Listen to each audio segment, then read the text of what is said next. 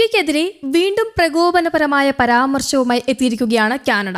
April 28-ന് നടക്കാനിരിക്കുന്ന രാജ്യത്തെ പൊതു തെരഞ്ഞെടുപ്പിൽ ഇന്ത്യയും ചൈനയും ഇടപെടാൻ സാധ്യതയുണ്ടെന്ന് കാനഡയുടെ ചാരസംഘടന അവകാശപ്പെടുന്നു. വാർത്താ ഏജൻസിയായ റോയിറ്റേഴ്സ് ആണ് ഇക്കാര്യം റിപ്പോർട്ട് ചെയ്തത്. ഇന്ത്യ വിരുദ്ധ ഘടകങ്ങൾക്കും കനേഡിയൻ മണ്ണിൽ പ്രവർത്തിക്കുന്ന ഖാലിസ്ഥാനി പിന്തുണക്കാർക്കുമെതിരെ കാനഡയുടെ നിഷ്ക്രിയത്വവും ഖാലിസ്ഥാനി ഭീകരൻ ഹർദീപ് സിംഗ് നിച്ചാറിന്റെ കൊലപാതകത്തിൽ ഇന്ത്യയുടെ പങ്കിനെക്കുറിച്ചുമുള്ള ആരോപണങ്ങളും മൂലം കഴിഞ്ഞ കുറച്ചധികം വർഷങ്ങളായി ഇന്ത്യയും കാനഡയും തമ്മിലുള്ള ഉഭയകക്ഷി ബന്ധത്തിൽ വിള്ളൽ വീണിരുന്നു. ഈ സ്ഥിതി തുടരുന്നതിനിടയിലാണ് വീണ്ടും കാനഡ ഇന്ത്യക്കെതിരെ രംഗത്ത് വന്നിരിക്കുന്നത്.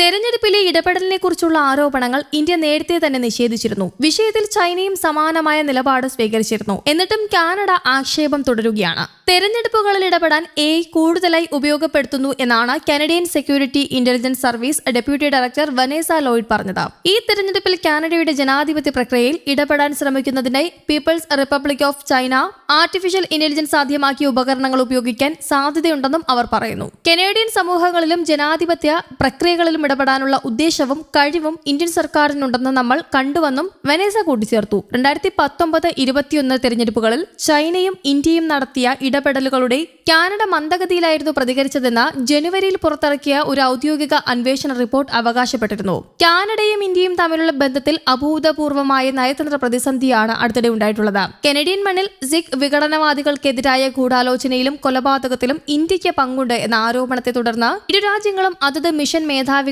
ഉൾപ്പെടെ ഒന്നിലധികം നയതന്ത്ര ഉദ്യോഗസ്ഥരെ പുറത്താക്കിയിരുന്നു.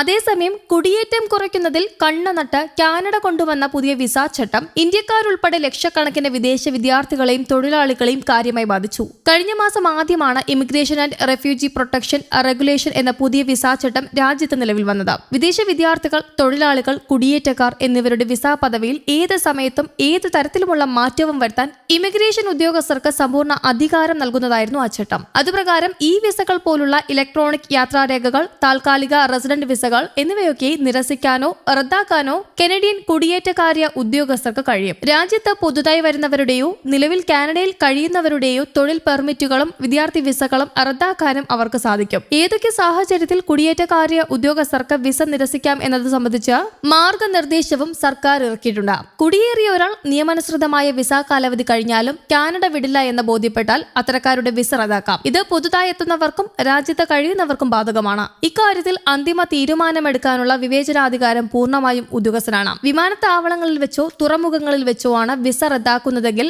അവിടെ വെച്ച് തന്നെ വിദേശികളെ തിരിച്ചയക്കാനും ഉദ്യോഗസ്ഥർക്ക് അധികാരമുണ്ട്. ഇനി രാജ്യത്ത് തൊഴിലെടുക്കുകയോ പഠിക്കുകയോ ചെയ്യുന്ന ഒരാളുടെ വിസയാണ് റദ്ദാക്കുന്നതെങ്കിൽ അയാൾക്ക് രാജ്യം വിടാൻ നിശ്ചിത സമയവും അനുവദിക്കും. ഇതറിയിച്ചുള്ള നോട്ടീസ് ഇമെയിൽ വഴിയോ IRCC അക്കൗണ്ട് വഴിയോ നൽകുന്നതായിരിക്കും.